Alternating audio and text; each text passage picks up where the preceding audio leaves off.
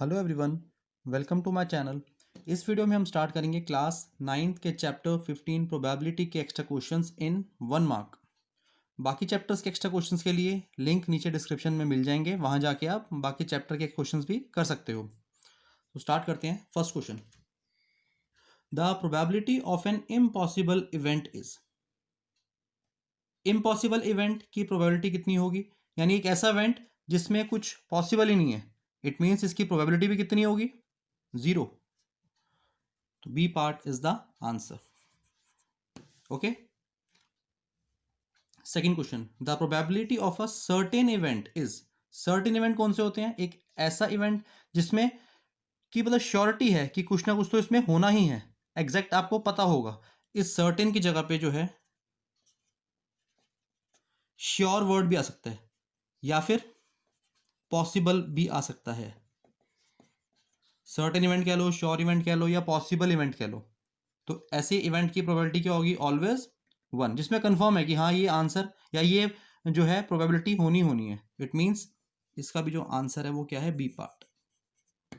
ठीक है, दोनों इवेंट में पता लग गया। इम्पॉसिबल इवेंट वो इवेंट होता है जिसमें कुछ पॉसिबल ही नहीं होना, तो इसलिए इसकी प्रोबेबिलिटी 0 रहती है। और सर्टेन, श्योर या पॉसिबल इवेंट्स की जो प्रोबेबिलिटी रहती है हमेशा 1 रहती है।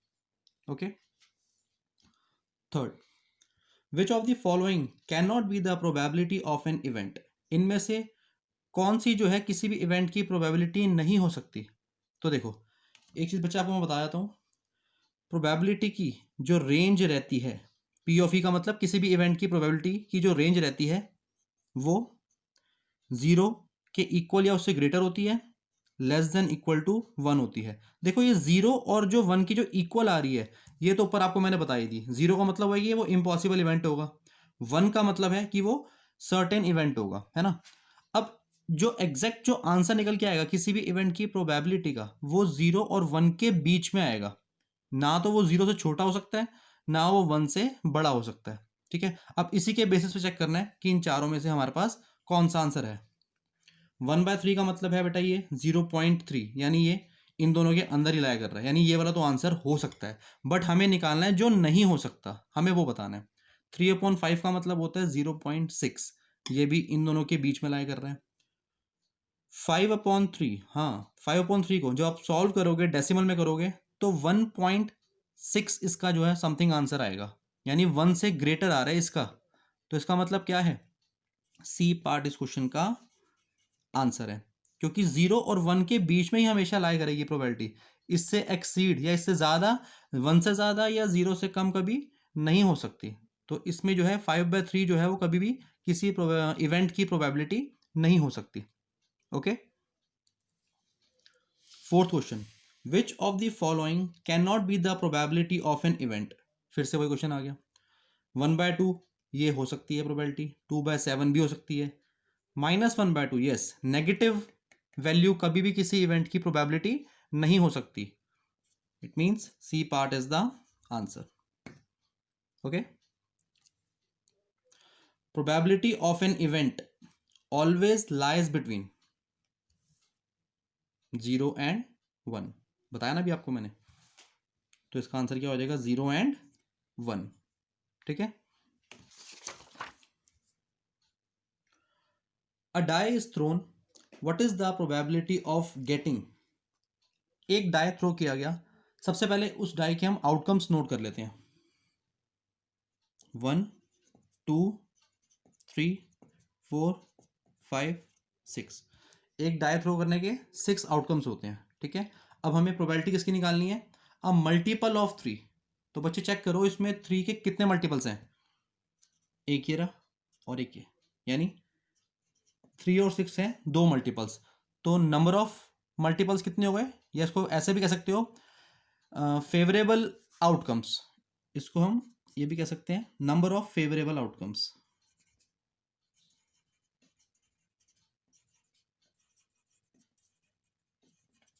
कितने हो गए? 2। दो ही तो आउटकम है मल्टीपल ऑफ 3 के, तो नंबर ऑफ फेवरेबल आउटकम्स कितने हो गए इसमें? 2। हमें निकालनी है इसकी प्रोबेबिलिटी। बच्चे टोटल आउटकम पता है आपको कितने हैं इसके अंदर? 6। तो प्रोबेबिलिटी कितनी हो जाएगी इसकी? पी ऑफ ई का मतलब क्या होता है? Probability of this event. ठीक है, शॉर्ट में इसको हम पी ऑफ ई लिख सकते हैं। तो number of favourable outcome upon में टोटल आउटकम्स, यही तो फॉर्मूला होता है प्रोबेबिलिटी निकालने का, number of favourable outcomes upon में टोटल नंबर ऑफ आउटकम्स।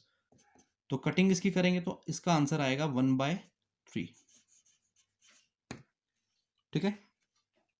इसी तरह से second part, an even number. अब आपको इवन नंबर की प्रोबेबिलिटी निकालनी है। चेक करो इवन नंबर कौन कौन से इसमें, एक 2 है, एक 4 और एक 6। 2, 4, 6। बच्चे इसके जो है फेवरेबल आउटकम्स कितने हो गए, 1 2 3। तो प्रोबेबिलिटी ऑफ इवेंट कितना आ जाएगा, 3/6। इसका आंसर आ गया 1/2। ओके। नाउ थर्ड और फोर्थ, ये दोनों ही आपके लिए न्यू पॉइंट्स हैं। ठीक है, बहुत ध्यान से देखना, इसमें आपको जो है दोनों पॉइंट्स में कुछ नया सीखने को मिलेगा। तो देखो थर्ड पार्ट में कह रहा है एन इवन नंबर और अ मल्टीपल ऑफ 3, और फोर्थ में कह रहा है an even number and a multiple of 3। तो इसमें दोनों में ना, इन दोनों में ही एक छोटा सा डिफरेंस है, इसमें और आ गया, इसमें एंड आ गया, बाकी दोनों में सेम है। अब इन दोनों का फर्क क्या है, और एंड में क्या किया जाता है, इसको आपको मैं बताऊंगा। देखो पहले बात आती है एन इवन नंबर की। इवन नंबर कौन कौन से हो गए, 2 4 6। ठीक है। मल्टीपल ऑफ 3, 3 के मल्टीपल्स कितने हो गए, एक 3 और एक 6। ये मैं आपको वन डाई के आउटकम्स में से बता रहा हूं, क्योंकि जो क्वेश्चन कर रहे हैं वो वन डाई का है, एक ही डाई का है। ठीक है ना। तो इवन नंबर हो गए 2 4 6, मल्टीपल ऑफ 3 हो गए 3 और 6। अब बात आती है इस और के लिए। अब इसमें सबसे पहले हम चेक करेंगे कि फेवरेबल आउटकम्स कौन से होंगे। फेवरेबल आउटकम्स, तो बच्चे कभी भी इस तरह से और आ जाए, और का मतलब क्या होगा, आपने इवन नंबर भी लेने हैं और मल्टीपल ऑफ 3 भी लेने हैं।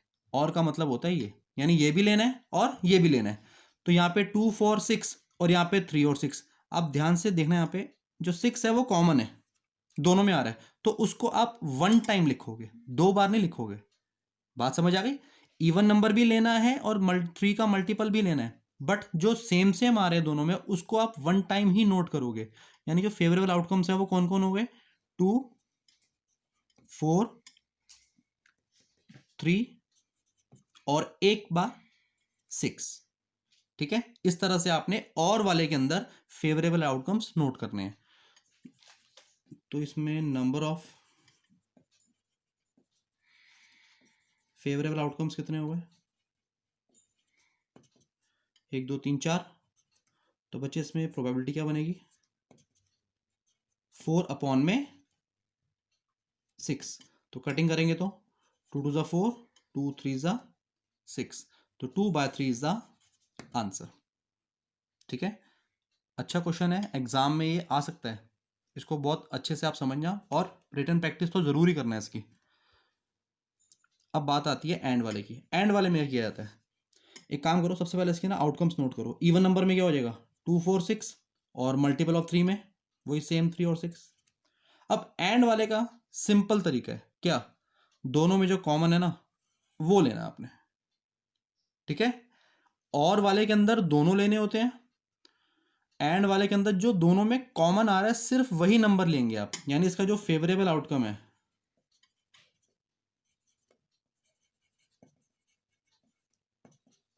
वो है 6।